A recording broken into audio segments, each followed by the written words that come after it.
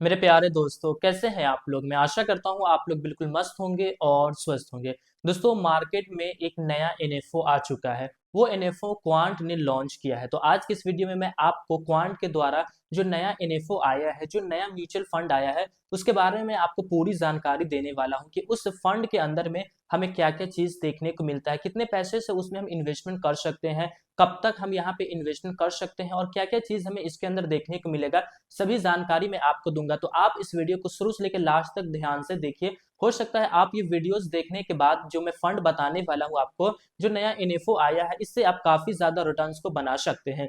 तो चलिए बिना देर किए हुए हम अपने इस वीडियो को शुरू करते हैं और हम देखते हैं कि क्वांट ने जो नया इन्फो लाया है, जो नया म्यूचुअल फंड लॉन्च किया है, उसके अंदर में हमें क्या क्या चीज देखने को मिलता है। तो चलिए हम शुरू करते हैं और इस व्हाइट बोर्ड की मदद से मैं आपको समझाने की पूरी कोशिश करता हूँ। सबसे पहले जो नया इन्फो आया है, जो नया म्यूचुअल फंड आया है, उस फंड का हम यहाँ पे नाम लिखते हैं।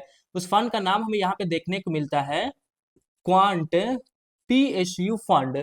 कुछ इस तरीके से नाम हमें देखने को मिलता है। बहुत ही छोटा नाम हमें देखने को मिलता है, क्वांट पीएसयू फंड, जो कि एक अभी हाल ही में एनएफओ लॉन्च किया गया है। तो यहाँ पे हम एनएफओ को भी लिख देते हैं। अब इस एनएफओ का मतलब क्या होता है, इसको मैं आपको बताता हूँ, फिर इस फंड के बारे में हम बात करते हैं। एनएफओ का मतलब होता है न्यू फंड ऑफर, यानी कि एक नया फंड का ऑफर आया है कि आप इसमें इन्वेस्टमेंट करके अपने प्रॉफिट को बना सकते हैं। तो बेसिकली एनएफओ का मतलब यही होता है। अब यहाँ पे आप देखेंगे तो नाम के साथ आपको यहाँ पे पीएसयू लिखा हुआ दिख रहा है। तो ये पीएसयू का मतलब क्या होता है, इस चीज को पहले आप समझिए कि इस पीएसयू का मतलब क्या होता है। इसका मतलब आपको यहाँ पे देखने को मिलता है पब्लिक सेक्टर अंडरटेकिंग। तो ये इसका मतलब होता है। अब मैं इसको थोड़ा आपको हिंदी में करके समझाता हूँ कि मतलब क्या है। ऐसी कंपनी जिसका 51% से ज्यादा का शेयर अगर गवर्नमेंट के पास है, तो वैसी कंपनी को हम पीएसयू कंपनी कहते हैं। क्लियर है आपको। यानी कि जो कंपनी जिसका कर्ता धर्ता भारत सरकार है, और कब कर्ता धर्ता भारत सरकार होता है, जब 51% उस कंपनी की हिस्सेदारी अगर गवर्नमेंट के पास 51% से ज्यादा है, तब उसका कर्ता धर्ता गवर्नमेंट को माना जाता है। तो ये जो फंड आया है वो पीएसयू के ऊपर फंड आया है। यानी कि इसके अंदर आपको अधिकतर, यानी कि हम ये कहें कि 80% से ज्यादा जो कंपनी आपको देखने को मिलेगी, जो कंपनी के स्टॉक्स आपको मिलेंगे, वो सभी एक गवर्नमेंट स्टॉक्स आपको देखने को मिलेंगे। तो कुछ इस तरीके से चलिए अब हम बात कर लेते हैं कि इस एनएफओ का लॉन्चिंग डेट क्या है, फिर आगे की हम बात करेंगे। तो यहाँ पे हम देख लेते हैं इसके लॉन्चिंग डेट को। फिर उसके बाद हम देखेंगे कि ये कब तक हमें डेट जो है हमें देखने को मिलता है। तो एनएफओ का जो लॉन्चिंग डेट हमें देखने को मिलता है वो है 2 फरवरी 2024 को इस एनएफओ को लॉन्च किया गया है। यानी कि फरवरी के महीने में 2 तारीख को इस एनएफओ को लॉन्च किया गया है। अगर हम बात करें इस एनएफओ की एंड डेट की कि कब तक के लिए ये फंड जो है, जो एनएफओ जो है वो रहेगा, तो यहाँ पे हमें देखने को मिलता है 15 फरवरी तक। यानी कि 15 फरवरी तक आप इसमें एनएफओ के माध्यम से आप यहाँ पे इन्वेस्टमेंट कर सकते हो। तो कुछ इस तरीके से है। और अगर हम बात करें कि यहाँ तो ये एनएफओ का डेट हो गया, अगर हमको लाइव इन्वेस्टमेंट करना है, यानी कि सारा चीज आपके सामने आ जाए कि कितनी इसके अंदर होल्डिंग्स में देखने के लिए क्या क्या चीज, सभी चीज आ जाए, वो कब डेट है। तो यहाँ पे 2 डेट हमें देखने को मिला है। एक जगह मैंने देखा है तो मुझे एक जगह देखने को मिला है 20 फरवरी को, और एक जगह मैंने देखा है तो एक जगह हमें देखने को मिला है 22 फरवरी को। यानी कि आप ये मान के चलिए कि 20 से 22 फरवरी को आप इसमें डायरेक्ट इन्वेस्टमेंट कर सकते हैं, लाइव इन्वेस्टमेंट आप यहाँ पे कर सकते हैं। अब हम बात करते हैं कि इस फंड के अंदर में हम कितने पैसे से इन्वेस्टमेंट कर सकते हैं। तो यहाँ पे जो मिनिमम अमाउंट जो रखा गया है वो कुछ और आपको देखने को मिलेगा। अगर आप एसआईपी की बात करते हैं तो यहाँ पे आप मात्र 1,000 रुपए से यहाँ पे इन्वेस्टमेंट कर सकते हैं। एसआईपी अगर आप शुरू करना चाहते हैं तो अभी एनएफओ के डेट से ही आप शुरू कर सकते हैं, जो आपकी मर्जी है, या फिर आप 20 फरवरी के बाद कीजिए, जैसा आपका सिचुएशन है। तो ये हो गया एसआईपी की बात। अगर हम बात कर ले कि मिनिमम हमें यहाँ पे लमसम, जिसको हम वन टाइम इन्वेस्टमेंट कहते हैं, वो कितना हम कर सकते हैं। लमसम की अगर हम बात करें तो यहाँ पे आपको 5,000 रुपए रखे गए हैं कि आप एक बार में अगर आपको इन्वेस्टमेंट करना है, लमसम अमाउंट इन्वेस्टमेंट करना है, तो आपको 5,000 रुपए को इन्वेस्टमेंट करना पड़ेगा। इससे आप कम आपके पास अमाउंट है तो आप नहीं कर पाएंगे। तो ये हो गया आपके मिनिमम इन्वेस्टमेंट की बात। मैक्सिमम की तो बात यहाँ पे कोई लिमिट होती ही नहीं म्यूचुअल फंड के अंदर में। जितना आपका यूपीआई ट्रांजेक्शन आपको लिमिट देता है उतना आप कर सकते हैं।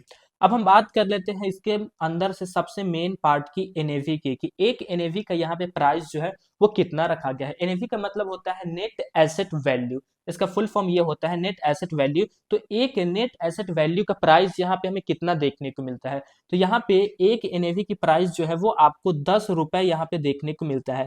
यानी कि अगर आज के वक्त में आप एक एनएवी को खरीदते हैं तो आपको एक एनएवी मात्र 10 रुपए में मिल जाएगी। अगर आप 1000 रुपए डालते हैं तो 10 रुपए के मुताबिक जो भी क्वांटिटी होती है वो आपको आ जाएगी, यानी कि 100 एनएवी मिल जाएगी। उसी तरह आप 500 करते 5000 करते हैं तो आपको 500 एनएवी जो है वो आपको मिल जाएगी, कुछ इस तरीके से है। अब हम बात कर लेते हैं लास्ट सबसे मेन टॉपिक की, कि यहाँ पे हमारी जो होल्डिंग्स है वो हमें किन किन जगहों पे देखने को मिलती है। होल्डिंग्स कहने का मतलब ये हुआ कि हम जो पैसा यहाँ पे इन्वेस्टमेंट करेंगे वो पैसा हमारा कहाँ कहाँ जाएगा, इक्विटी के अंदर में कितना लगेगा, डेब्ट के अंदर में कितना लगेगा, कैश के अंदर में क्या क्या लगेगा, वो सारी जानकारी हमको होल्डिंग्स के अंदर में देखने को मिलती है। तो यहाँ पे आपको जो देखने को मिलती है वो है पीएसयू। जैसा कि अभी मैंने बताया कि ऐसा कंपनी जिसका कर्ता धर्ता खुद भारत सरकार हो, वैसी कंपनी में जो इक्विटी होंगे, यानी कि ऐसी कंपनी के शेयर मार्केट में आपका पैसा इन्वेस्टमेंट किया जाएगा। और कितना पैसा आपका इन्वेस्टमेंट किया जाएगा, मिनिमम 80% पैसा जो भी आप इन्वेस्टमेंट करेंगे उसका 80% जो आपका पैसा रहेगा वो पीएसयू इक्विटी के अंदर में जाएगा। यानी कि आप कहते हैं ना कि मैं आपके लिए एक ऐसा स्टॉक्स लेकर आया हूं जो एक गवर्नमेंट स्टॉक्स है, तो आप ये कह सकते हैं कि गवर्नमेंट स्टॉक्स वाले कंपनी के अंदर में आपका पैसा जो है वो 80% यहाँ पे इन्वेस्टमेंट किया जाएगा। बाकी का 20% कहाँ इन्वेस्टमेंट किया जाएगा, तो देखिए यहाँ पे दो सिचुएशन हमें बताया गया है। एक हमें बताया गया है मिनिमम, ठीक है, मिनिमम हमें बताया गया है कि 80% रहेगा। अगर हम मैक्सिमम की बात करें कि मैक्सिमम यहाँ पे इक्विटी के अंदर में कितना रहेगा, तो यहाँ पे 100 बताया गया है। यानी कि कोई फिक्स नहीं है कि कितना परसेंटेज जो है वो पीएसयू इक्विटी के अंदर में रहेगा, 80% भी रह सकता है और 100% भी रह सकता है, ये बताया गया है। अब यहाँ पे पीएसयू की बात होती है, अब केवल यहाँ पे हम बात करते हैं इक्विटी की। केवल इक्विटी के अंदर में इसके अंदर कौन कौन सा आ जाएगा, जो कंपनी पीएसयू है वो भी कंपनी आ जाएगा, जो कंपनी पीएसयू नहीं है वो भी आ जाएगा। तो यहाँ पे जो इक्विटी है, जो सिंपल इक्विटी है, यहाँ पे अगर हम मिनिमम की बात करें तो मिनिमम यहाँ पे रखा गया है 20% कि 20% यहाँ पे हो सकता है। सॉरी, मिनिमम नहीं, यहाँ पे जो है वो मैक्सिमम रखा गया है कि मैक्सिमम जो है वो यहाँ पे 20% तक रह सकता है। मिनिमम की अगर हम बात करें तो मिनिमम जो है वो यहाँ पे 0%, यानी कि यहाँ पे नहीं भी रह सकता है और 20% तक चांस है कि ये रह सकता है। बाकी सबसे ज्यादा यहाँ पे आपको पीएसयू इक्विटी देखने को मिलेगा। अभी जो मैंने क्वांट म्यूचुअल फंड का मैंने पीडीएफ देखा तो मुझे केवल यही डाटा वहां से मिल पाया है कि 80% जो है पीएसयू इक्विटी के अंदर में जाएगा, बाकी का जो भी है 20% वो अलग इक्विटी के अंदर में जाएगा। कुछ इस तरीके से आपका जो पोर्टफोलियो को तैयार किया गया है। बाकी फंड के बारे में मैंने आपको जानकारी दे दी गई है। और हाँ, यहाँ पे अगर हम बात करें एक्सपेंस रेशियो की, कि एक्सपेंस रेशियो हमें यहाँ पे कितना देखने को मिला है, तो फिलहाल अभी मैंने देखा है तो ये हमें नील देखने को मिला है, यानी कि ये खाली है। यहाँ पे कोई आपको एक्सपेंस रेशियो नहीं देना पड़ेगा, यानी कि जो आपको चार्ज लगता है ना, सालाना जो चार्ज है वो यहाँ पे नील है, यानी कि खाली है। अब हम एक और चीज की बात कर लेते हैं, उस चीज को हम कहते हैं एग्जिट लोड। एग्जिट लोड मतलब कि जब आप अपने पैसे को विड्रॉवल करते हैं तब उस पैसे को, विड्रॉवल को हम एग्जिट लोड कहते हैं। तो आप कितना दिन में इन्वेस्टमेंट किए हुए पैसे को विड्रॉवल करेंगे तो आपको एग्जिट लोड देना पड़ेगा। देखिए यहाँ पे जो टाइम रखा गया है, अगर आप इन्वेस्टमेंट के 15 डेज के अंदर में आप अपने पैसे को विड्रॉवल कर लेते हैं तो आपको 1% का एग्जिट लोड चार्ज देना पड़ेगा। अगर आप 15 दिन के बाद अपने पैसे को इन्वेस्टमेंट करते हैं 15 डेज के बाद, तो आपको यहाँ पे जो है वो 0% जो है वो एग्जिट लोड देना पड़ेगा, यानी कि कोई एग्जिट लोड नहीं देना पड़ेगा। और टैक्स को, जैसा हर एक फंड में आपको टैक्स का जो स्लैब देखने को मिलता है, सेम वही यहाँ पे भी आपको देखने को मिलेगा।